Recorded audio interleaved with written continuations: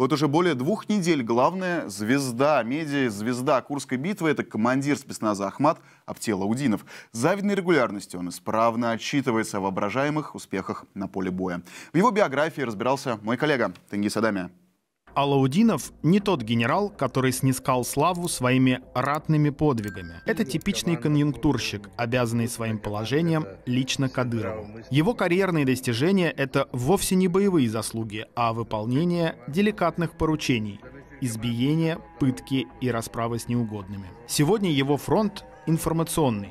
Вместо реальных сражений — выдуманные победы. Он врет, замалчивает потери и оправдывает гибель срочников. Его настоящее оружие — фейки и пиар на крови. Человек, который разминулся с ВСУ, а еще раньше со своими принципами. Все успокаиваемся, берем попкорн и спокойно наблюдаем за тем, как наши уничтожают противника. Ничего критического, трагического не произошло. Никакого необратимого процесса нету. Ничего сверхъестественного, опять же повторяюсь, не произошло. Ребята погибли, есть такое дело. Абти правду говорит. Я врать не буду. Я для себя завел правило: не врать никогда и ни при каких обстоятельствах. Обманывали, и получилось так, что обманули сами себя. Ни одна позиция, где стоял Ахмат, она противником до сих пор не взята. Ни один наш боец в плен не сдавался. Не очень много пленных. 5 пленных получилось у них, что они взяли. У меня, как у военного человека, есть повод иметь хорошее настроение, так как я уже вижу процент выполненной задачи. Россия обречена на победу. Алаудинов выходец из Ставрополья. Его отец и брат погибли в Первой Чеченской в бою против сторонников независимости Ичкерии. Да и сам Абти твердо выбрал сторону федералов. Работал в силовых структурах и выступал решительно против амнистии сепаратистов. О том, почему Алаудинов примкнул к федералам, рассказал юрист и правозащитник Абубакар Янгулбаев. Он вообще не вырос в Чечне. Есть понятие кадыровцы, которые идейно поклоняются, можно сказать, вот этой идеологии Ахмата, вокруг личности отца Рамзана Кадырова, где вот все его цитаты, которые, часть из которых, конечно, придуманы. Вот это кадыровцы, и они готовы действительно умирать за Кадырова и за этот путь.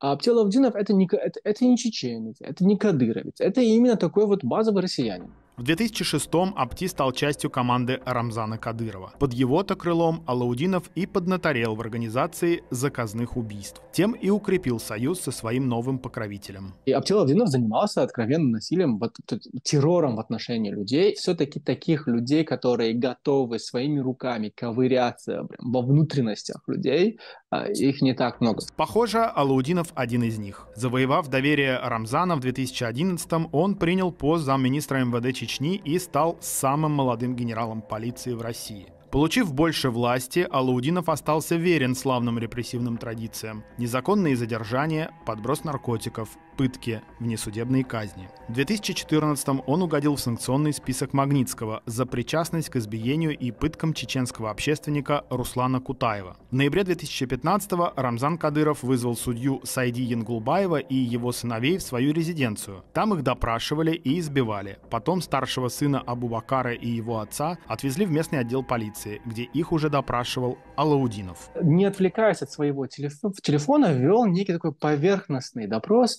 где смеялся, пытался с неким издевательством спрашивать у меня и требовать от меня о том, что чуть ли не признание того, что я радикал, мой брат радикал, мой отец коррупционер, и угрожал мне о том, что меня потом отведут в другую комнату и будут там пытать, что тоже было сделано. И сам по себе Абтиалаудинов, он казался очень нестабильным в том смысле, что не чувствовал я в нем веры в то, чем он занимается. Я больше чувствовал в нем его желание просто улучшить комфорт своей материальной жизни. Алаудинов фигурировал в расследовании «Новой газеты» о массовом убийстве геев в Чечне в январе 17-го. Издание опубликовало поименный список жертв несудебной казни. Родственник одного из фигурантов расстрельного списка рассказал журналистке Елене Милашиной, что задержанных содержали в Грозном на базе полка ППС полиции имени Ахмата Кадырова, где во время преступления находились высокопоставленные силовики, в их числе Алаудинов. Журналист Ринат Давлетгильдеев со ссылкой на свои источники подтвердил эту информацию. Аптиалаудинов и другое руководство чеченских силовиков в этот момент находилось именно там, в этом ППС имени Ахмата Кадырова. Участвовал ли сам Аптиалаудинов лично, руками, расстреливал ли он людей, неизвестно, но известно, что при его участии это случилось. В 2019-м журналист ABC News Джеймс Лонгман побывал в Грозном, где снял репортаж о преследовании геев в Чечне и сделал камин-аут прямо перед Алаудиновым. Реакция генерала, похоже, много объясняет. What if I told you that I was gay? Что вы бы сказали, если он сказал вам, что он сам гей? Мне было интересно узнать, как может, в чем заключается, почему его к этому потянуло. Репутация же самого Алаудинова едва ли соотносится с традиционным идеалом мужественности. Аптиалаудинов известен в Чечне тем, что он очень любит веселиться, отдыхать, пить, принимать вещества, изменяющие состояние. Извините меня, но это да. И под этим потом петь. И на самом деле петь и выглядеть не совсем подобно тому образу, в котором он бы хотел быть в трезвом состоянии. Да? Такой брутальный чеченский генерал, который очень грубый. В 2019-м Алаудинов попал в немилость главы Чечни по одной из версий после того, как якобы дал шуточный подзатыльник портрету Рамзана Кадырова. Но судьба вновь улыбнулась опальному генералу после начала войны в Украине. Начинается война в Украине, Кадыров его обратно призывает, дает ему возможность создать вот этот спецназ Ахмат, который он возглавляет, и это для него становится вторым глотком воздуха, второй возможностью, чтобы оправдаться и восстановить свои репутационные позиции и, самое главное, карьерные позиции. Он сохраняет свое чиноугодничество в сторону Кадырова, потому что понимает, что все-таки на нем построена вся база его карьеры. Но теперь уже он больше пытается быть вхож и приятен именно для Z-патриотов. За участие в войне Алаудинова щедро одарили наградами от Кадырова и самого Путина, высокими должностями, званием почетного чеченца и потешным полком Ахмат. У него нет военного опыта, но у него есть опыт из Чечни, когда он использовал как раз-таки по приказу Кадырова, который всех заставлял вести информационные блоги в своих социальных сетях и через эти информационные блоги показывать результаты своей деятельности. Алаудинов, как настоящий инфлюенсер, сумел собрать вокруг себя фан-клуб сочувствующих. Апти, народный герой, Курян!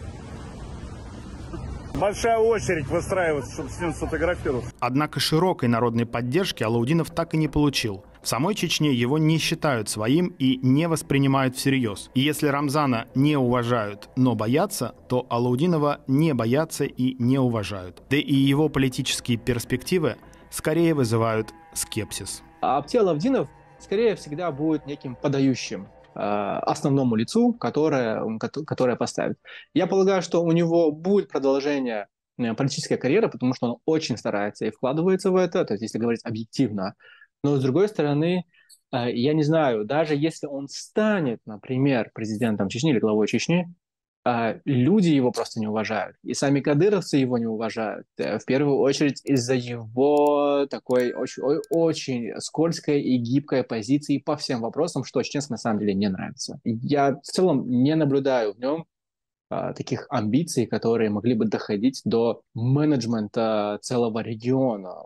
У него таких способностей, на самом деле, я не наблюдаю.